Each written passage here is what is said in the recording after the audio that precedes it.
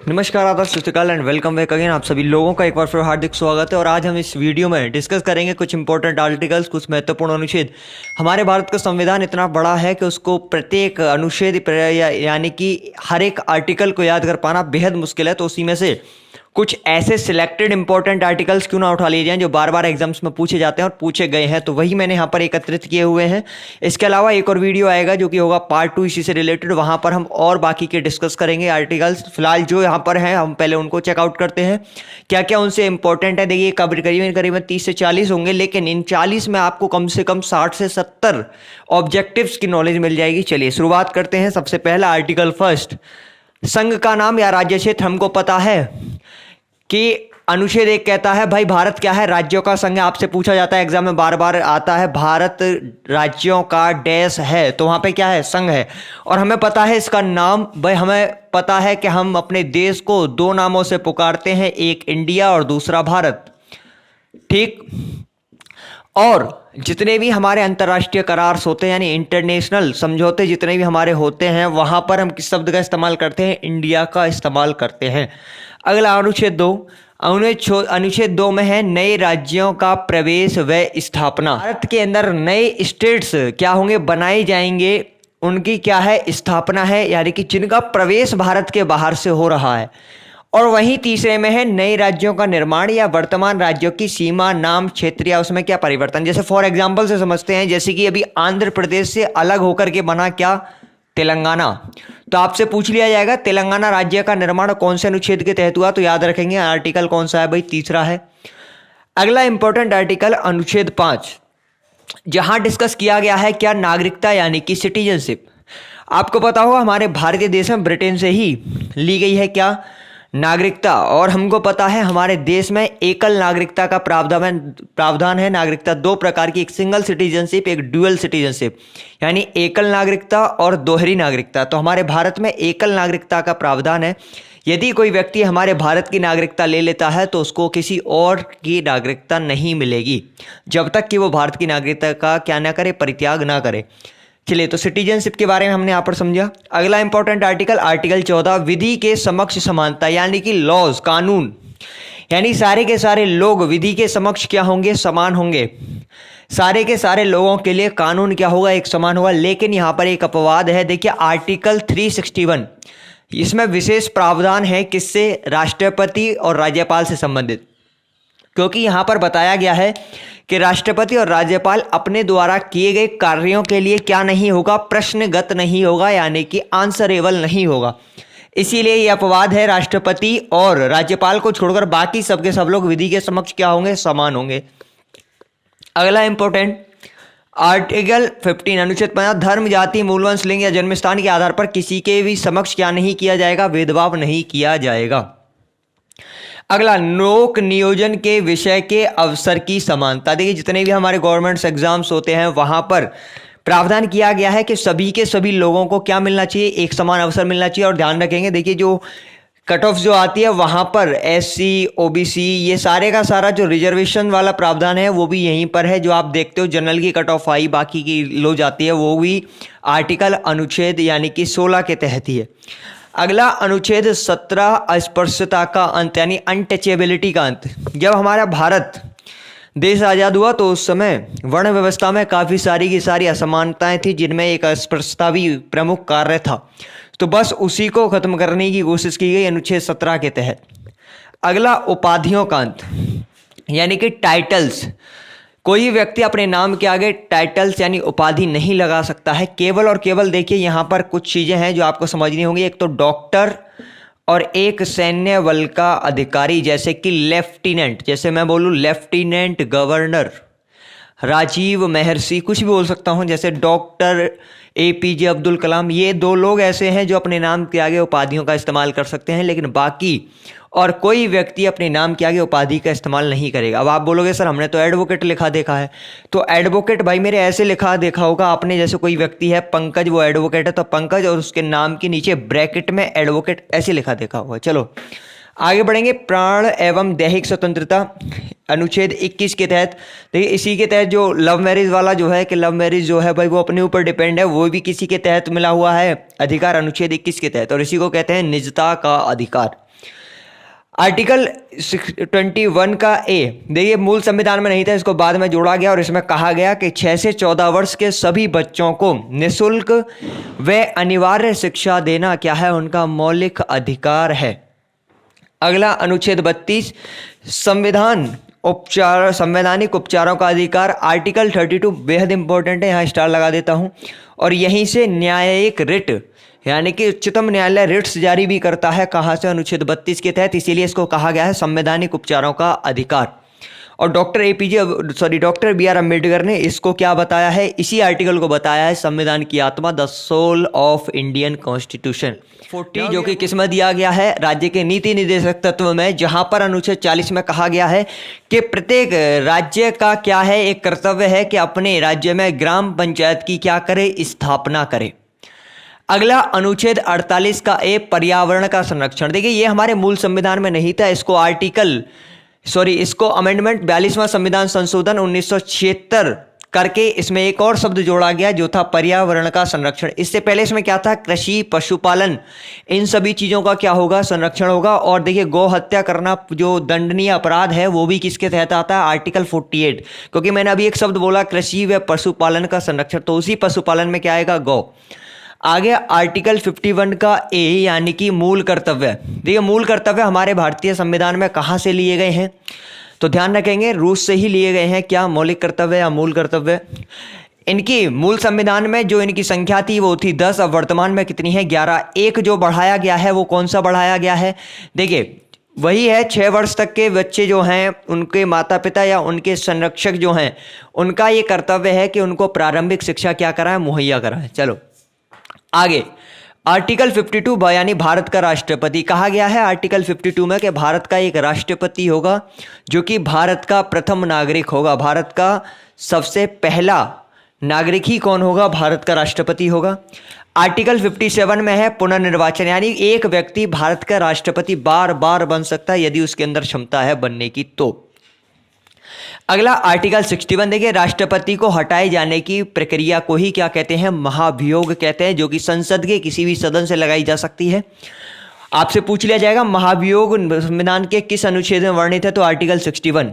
अगला क्षमादान यानी pardon power किस में है, आर्टिकल 72 में। अनुच्छेद 72 के तहत ही राष्ट्रपति क्या करता है, क्षमादान देता है।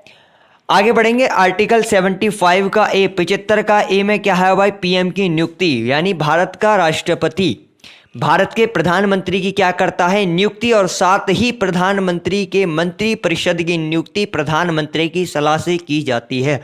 किसमें, आर्टिकल 75 के ए में। अगला अनुच्छेद 76 भारत का महान्यायवादी, ठीक, भारत का महान्यायवादी the attorney general of India, ये ध्यान रखेंगे आर्टिकल 76 में दिया गया है और ये भारत का विधिक सलाहकार होता है। आर्टिकल नंबर 79 इसमें दिया गया है क्या, संसद। हमारे भारतीय संविधान में प्रावधान किया गया है संसद का, और आपको पता होगा संसद जो मिलकर के बनती है, संसद मिलकर के बनती है लोकसभा, राज्यसभा और प्रेसिडेंट, ये तीन संसद के क्या है, अभिन्न अंग हैं। 80 में दिया गया है राज्यसभा, जिसको कहते हैं उच्च सदन, जो कि संसद का क्या है, एक उच्च सदन है। और आर्टिकल 81 में दी गई है लोकसभा, जो कि संसद का क्या है, निम्न सदन। और ध्यान रखेंगे निम्न और उच्च इसको कैसे वर्गीकृत किया गया, क्योंकि राज्यसभा को कभी भंग नहीं किया जा सकता और लोकसभा को क्या किया जा सकता है, विघटित किया जा सकता है। आर्टिकल 85 का इस्तेमाल करके ही भारत का राष्ट्रपति लोकसभा को क्या कर सकता है, भंग कर सकता है। अगला इंपॉर्टेंट पॉइंट अनुच्छेद 100 निर्णायक मत, देखिए शब्द से ही पता चल गया निर्णायक, समझने की कोशिश करेंगे। मान लीजिए कोई ऐसा विधेयक पारित कर दिया गया जिस पर हाँ करने वाले लोग भी 50%, ना करने वाले लोग भी 50%, तो ऐसी अवस्था में बिल जो है वो क्या हो जाएगा, वो पास नहीं हो पाएगा, यानी बीच में अटक जाएगा। तो ऐसी अवस्था में एक मत डाला जाएगा, इसीलिए इसका नाम क्या रखा गया है, निर्णायक मत रखा गया है। क्योंकि ये मत जो डाला जाएगा वो लोकसभा अध्यक्ष के द्वारा डाला जाएगा, और जाहिर सी बात है वो जिस भी पक्ष में ये वोट डालेगा बिल उधर ही क्या हो जाएगा, पारित हो जाएगा। हाँ के पक्ष में देता है तो बिल पास, ना के पक्ष में देता है तो बिल क्या हो जाएगा, रिजेक्ट हो जाएगा। चलिए मूव ऑन करेंगे आगे की तरफ। आर्टिकल 108 यानी अनुच्छेद 108 में दिया गया है संयुक्त अधिवेशन। ये क्या है, जब भी कोई भी बिल लंबे समय के लिए अटक जाता है और पास नहीं हो पाता है तो ऐसी अवस्था में राष्ट्रपति द्वारा संयुक्त अधिवेशन किया जाता है। संयुक्त अधिवेशन यानी लोकसभा भी और राज्यसभा भी एक जगह एकत्रित होकर इस बिल पर चर्चा करती है और साथ ही इसकी अध्यक्षता कौन करता है, तो ध्यान रखेंगे इसकी अध्यक्षता करता है लोकसभा का अध्यक्ष। यहां से दो इंपॉर्टेंट क्वेश्चन बनते हैं। संयुक्त अधिवेशन को बुलाता कौन है, तो ध्यान रखेंगे राष्ट्रपति यानी प्रेसिडेंट, और इसकी अध्यक्षता कौन कर सकता है, कौन करता है, स्पीकर ऑफ लोकसभा यानी लोकसभा का अध्यक्ष। Now we are moving forward, बढ़ते हैं आगे की तरफ। अनुच्छेद 110 में दिया गया है धन विधेयक। अगर आपने इससे रिलेटेड वीडियो अगर नहीं देखा हो तो आई बटन आ रहा होगा, यहां पर चले जाना। वहां पर धन विधेयक और साधारण विधेयक दोनों में मैंने अंतर बताया और वहां बताया भी है एक धन विधेयक क्या होता है और साधारण विधेयक क्या होता है। बढ़ेंगे आगे की तरफ। अनुच्छेद 112 वार्षिक वित्तीय विवरण। अब ये वार्षिक वित्तीय विवरण क्या है, ये वही है जिसको आप साधारण या आम भाषा में हम लोग क्या बोलते हैं, बजट। ठीक है ना भाई, इसको आम भाषा में क्या बोलते हैं, इसको बोलते हैं बजट। वार्षिक वित्तीय विवरण यानी एनुअल फाइनेंशियल स्टेटमेंट, जो कि सदन के पहले सत्र में ही क्या किया जाता है, वित्त मंत्री द्वारा क्या किया जाता है, वित्त मंत्री द्वारा ये दिया जाता है। अनुच्छेद 112 क्या है भाई, वार्षिक वित्तीय विवरण, जिसे हम कहते हैं बजट, जिसे हम लोग ध्यान रखेंगे। आर्टिकल 112 112 क्या है, वार्षिक वित्तीय विवरण यानी एनुअल फाइनेंशियल स्टेटमेंट, जिसको हम आम भाषा में क्या बोलते हैं, इसको आम भाषा में हम लोग क्या बोलते हैं भाई, बजट बोलते हैं। और ध्यान रखेंगे इसको जब भी सदन का पहला सत्र शुरू किया जाता है उसी में वित्त मंत्री द्वारा इसको क्या किया जाता है, प्रस्तुत किया जाता है। आगे बढ़ेंगे। वो आर्टिकल 103 अध्यादेश इंपॉर्टेंट है भाई, इसको बोलते हैं ऑर्डिनेंस, जो कि ये पावर किसके पास है, राष्ट्रपति के पास है, जिसको बोलते हैं ordinance power of the president.